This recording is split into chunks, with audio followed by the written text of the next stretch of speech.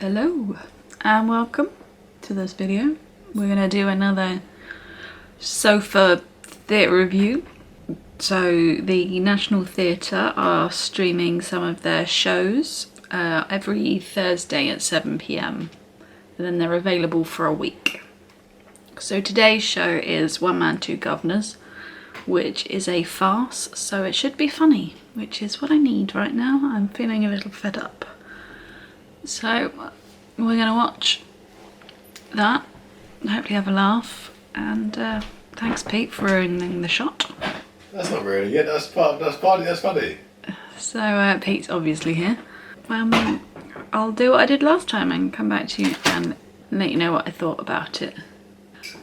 So, as I said, the show is a comedy, a farce. The one that they're putting, I think it's on YouTube, is the one with James Corden.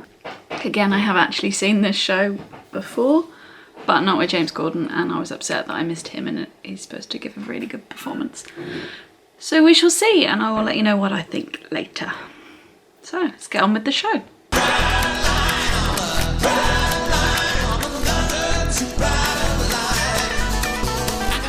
So it's actually now the next day, but here is my review of One Man Two Guvnors.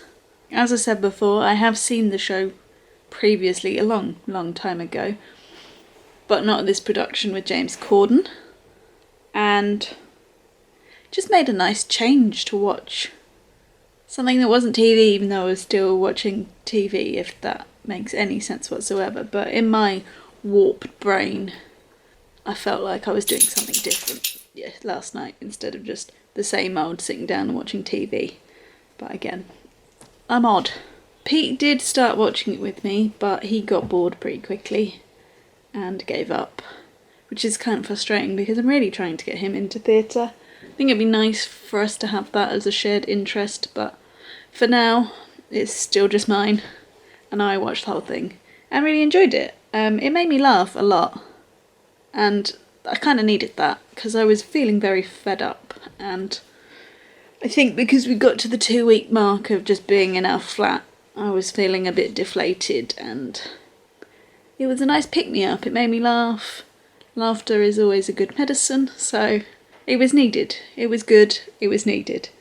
Because it's National Theatre, they're better equipped at filming these things than the other palace or whoever filmed the Eugenius one I watched previous week. I'll link that video below for you. So yeah, it was better filmed, which, I mean, it didn't make much of a difference for me for Eugenius, but you could tell this is a slicker production in terms of recording. And I mean, it's obvious National Theatre often do record their shows and put them in the cinema, so, and I think, if I remember rightly from when we went to see Onward or something like that, that production of One Man Two Guvnors was actually supposed to go in the cinema maybe in the next 2 weeks or so. So it makes sense why they've decided to use that one as their free play. Plus, it's very old, so it's their back catalogue. It's not a new production or anything like that, so makes sense.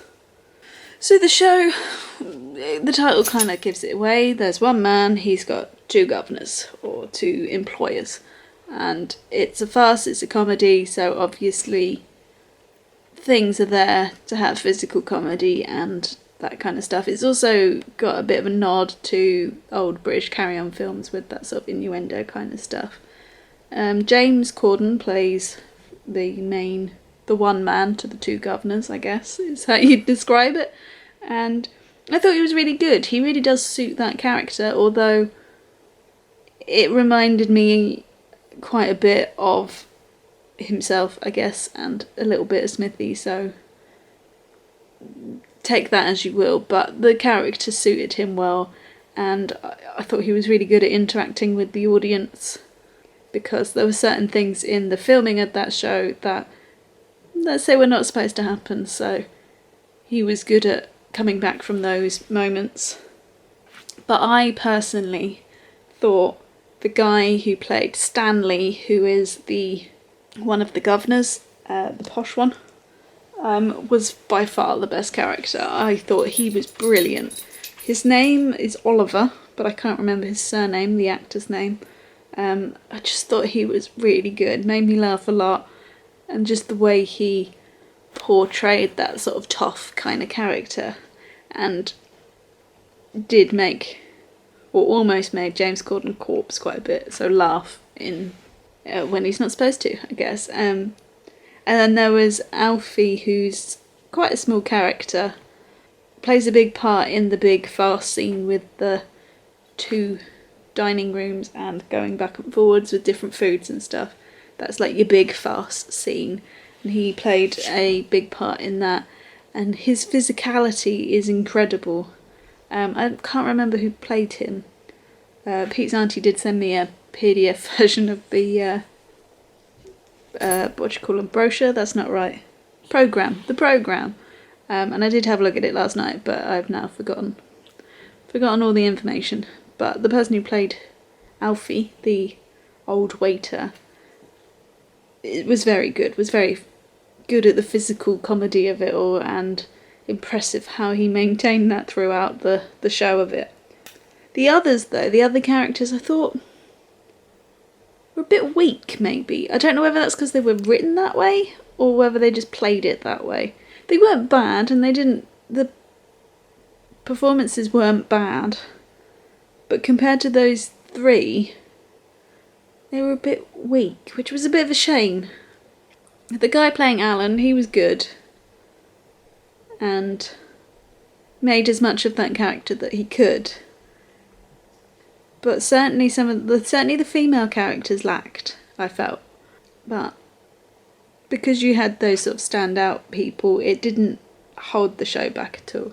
And a lot of it, unfortunately, did feel like a bit of a, we'll stand aside so James Corden can have his moment at times.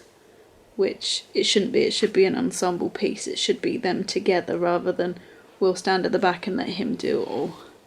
But that might have just been the direction and the way that they were told to do it. I don't know. But that's my thought on that.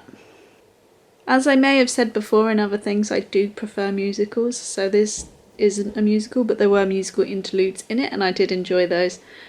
It was all sort of early skiffle and rock and roll and like Chaudettes kind of thing, which is my kind of music anyway. I love that kind of stuff.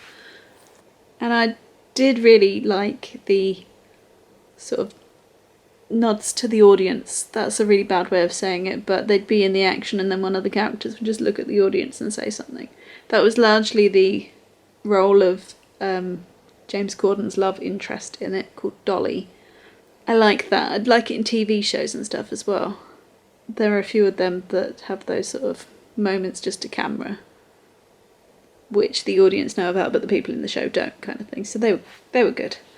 But yeah, so that's the end of my little review on One Man Two Guvnors. By the time this video's up, you may only have like a day left to watch it, because if I remember rightly when I read about it, the National Theatre are going to release one play a week, so every Thursday a new show, a new play will come out on their YouTube channel, and then the one previous week will go, but I don't know if that's true. If it is, then One Man Two Guvnors will probably be gone soon, and it will be replaced, I think it's Jane Eyre next. So apologies if I'm late on that, but if they've kept it up, then it's worth a shout. If you're fed up of TV and Netflix and stuff, give a theatre show a go, and that one's not a bad one to watch. It's funny, it's enjoyable, and it passes the time. And on that note, I'm gonna go. So if you enjoyed this video, give it a thumbs up. If you haven't already, please go ahead and subscribe. If you've enjoyed these sort of theatre reviewy things that I'm doing from my sofa, there's probably going to be a few more coming up. There's a few shows on my radar that I might watch, but I am conscious that my channel is becoming very review heavy. That's hard to say. Say that 3 times quickly. But yeah, so I'm off, and I'll see you in the next one. Bye!